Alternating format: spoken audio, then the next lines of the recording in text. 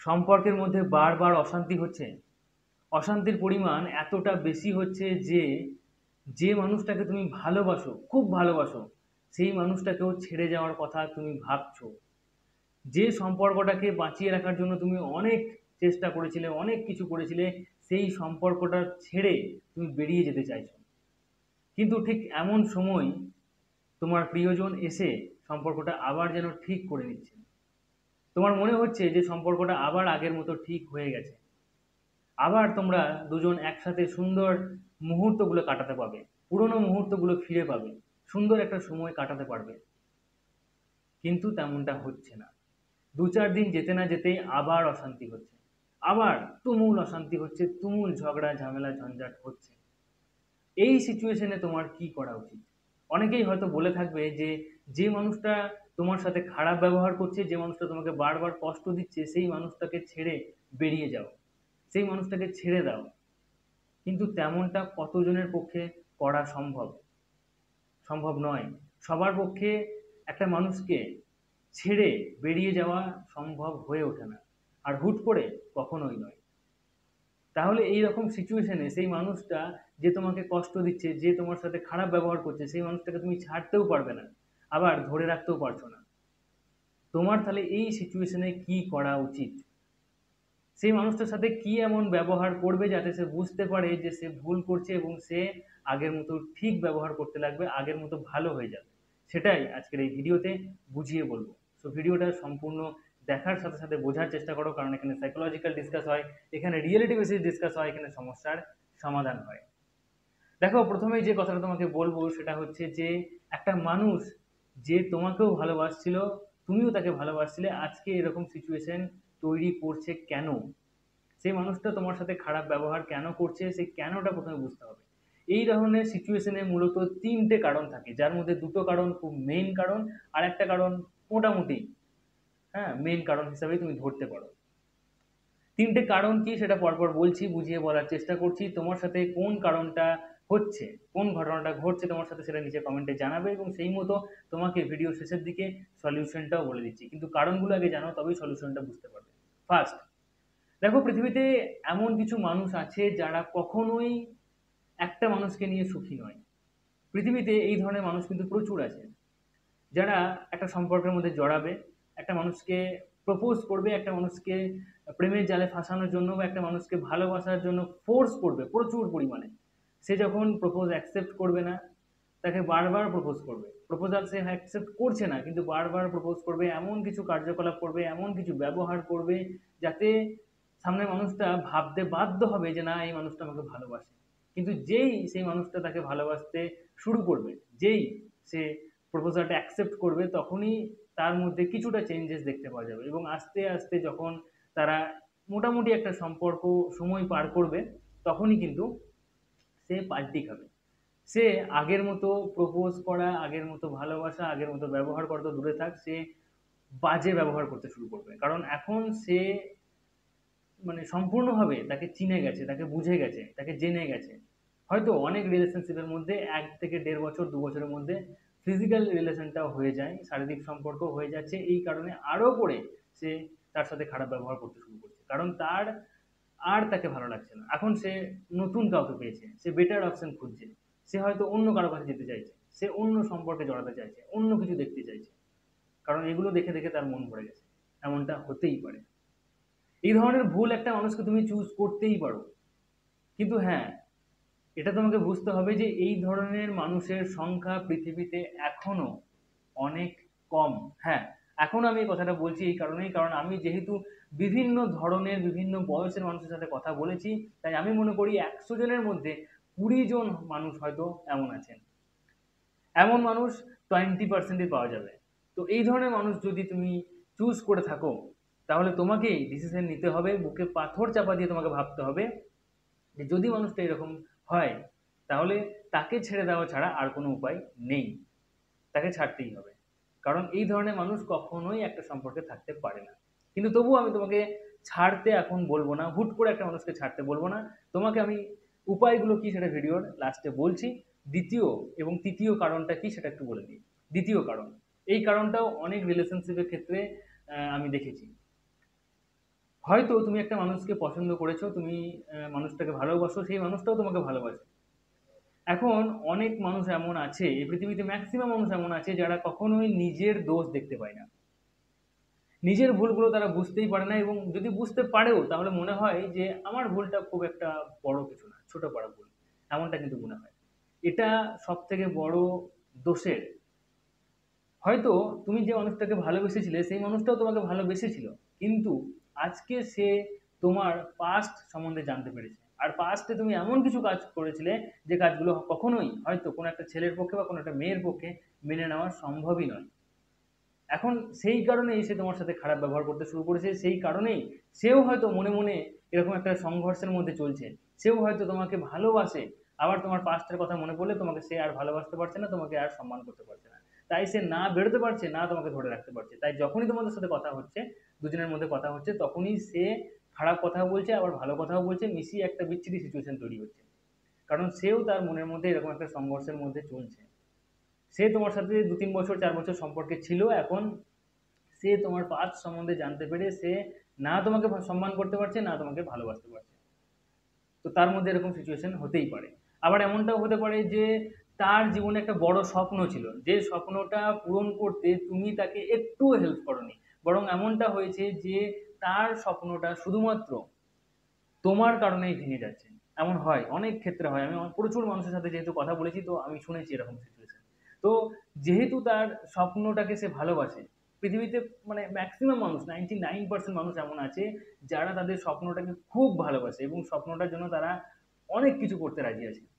ঠিক আছে, কেরিয়ার তৈরির জন্য অনেক কিছু করতে রাজি আছে। তো সেক্ষেত্রে দেখা যাচ্ছে যে তুমি তার স্বপ্ন পূরণ করতে একটুও হেল্প করতে পারছো না, একটুও তোমার অবদান নেই, বরং এমনও হতে পারে যে তার স্বপ্নটা ভেঙে ফেলার পেছনেই তোমার কারণ, তোমার হাত আছে, তোমার জন্যই সে তার স্বপ্ন পূরণ করতে পারছে না। তো সেক্ষেত্রেও সে অনেক সময় ভাববে যে আমি তাকে ভালোবাসবো নাকি তাকে ছেড়ে দেবো, তার মধ্যে এরকম সিচুয়েশন তৈরি হতে পারে।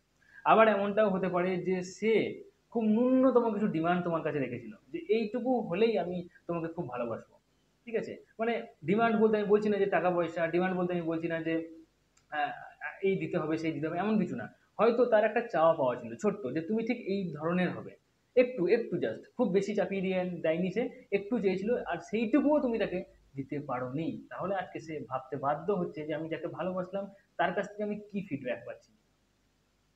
সিনেমাতেই শুধু এমন হয় যে চোখ বন্ধ করে একটা মানুষ তাকে ভালোবেসে ফেললো, সামনের মানুষটা তাকে কিছু দিল কি না দিল তেমনটা হয় না, নিঃস্বার্থ ভালোবাসা, সব এগুলো না সিনেমার কথাতেই ভালো লাগে, কল্পনার জগতেই ভালো লাগে। বাস্তবে তেমনটা হয় না। বাস্তবে একটা মানুষ যদি তোমাকে 10 টাকা দেয়, তাহলে তোমাকেও অ্যাটলিস্ট 5 টাকা তাকে ফেরত দিতেই হবে, তবেই একটা সম্পর্ক ঠিক থাকবে।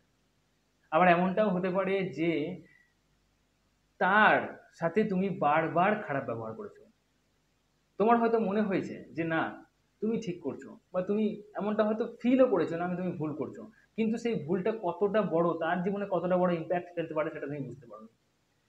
একবার নয়, একাধিকবার যদি তুমি তার সাথে খারাপ ব্যবহার করো, একাধিকবার তুমি যদি তাকে কাঁদতে বাধ্য করো, তাহলে আজকে সেই মানুষটাও তোমাকে ছেড়ে যাবেই। আজকে সেই মানুষটা তোমার সাথে থাকতে চাইবে না, এটাও তোমাকে বুঝতে হবে। তো এই ধরনের সিচুয়েশন থাকতেই পারে, তাই নিজের ওপরেও একটু ঝেঁকে দেখা দরকার। একটু দেখো, নিজেকে বোঝো যে তুমি তার সাথে কি করেছো, আর সেইগুলো পূরণ করার চেষ্টা করো। এমনটা নয় যে তুমি জাস্ট সরি বলবে এবং তুমি তাকে বলবে যে ঠিক আছে আমি আর কোনোদিন করবো না, তাতে তার মনটা ভরে যাবে, তেমনটাও হবে না। তুমি যে ভুলগুলো করেছো, তার মনে যে আঘাতগুলো করেছো, যে ক্ষতগুলো করেছো, সেগুলো অন্য কিছু দিয়ে ভরাট করার চেষ্টা করো, তবেই সে হয়তো কাছে থাকবে। 3 নম্বর পয়েন্ট, এটাও খুব গুরুত্বপূর্ণ পয়েন্ট। অনেক কাপলসকে আমি দেখেছি যে ঠিক 2-3-4 বছর হয়ে যায়, 4-5 বছর পরেই কিন্তু এমন এক ধরনের সিচুয়েশন তৈরি করে যেখানে তারা সম্পর্কের থেকেও বেশি প্রাধান্য দেয় তার কেরিয়ারকে। ম্যাক্সিমাম ক্ষেত্রে এটা ছেলেদের ক্ষেত্রেই হয়। হ্যাঁ, অনেক ছেলেকে হয়তো বলতে পারো যে তাহলে কি ছেলেরা কেরিয়ারে ফোকাস করবে না? অবভিয়াসলি একটা পুরুষ মানুষের কেরিয়ারে ফোকাস করাটা সব থেকে বড় দায়িত্ব, গুরুত্বপূর্ণ দায়িত্ব তার।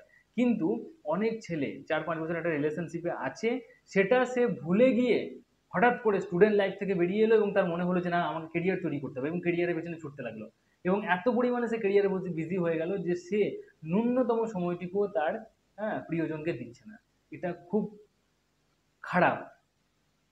ঠিক আছে, হয়তো অনেকেই বলে থাকবে যে আমি সময় পাচ্ছি না, কিন্তু সময় সে পাচ্ছে না এটা কি সম্পূর্ণ ঠিক কথা?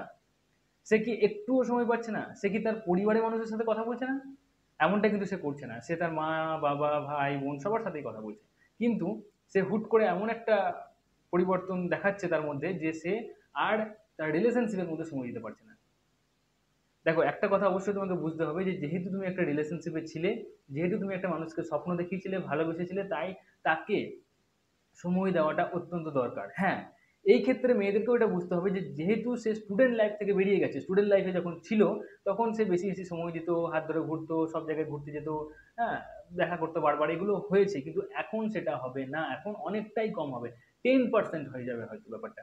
কিন্তু এই 10%টাকেও অ্যাটলিস্ট ছেলেটাকে মেনটেন করতে হবে এবং মেয়েটাকে বুঝতে হবে যে সারাদিনে যখন আমাদের 2 ঘন্টা কথা হতো এখন হয়তো 20 মিনিট কথা হবে, কিন্তু অ্যাটলিস্ট কথা হবে। এই 20 মিনিটটাকে মেনে নিতে হবে একটা মেয়েকে, আর এই 20 মিনিট সময়টা বার করতে হবে একটা ছেলেকে, তবেই একটা রিলেশনশিপ ঠিক থাকবে।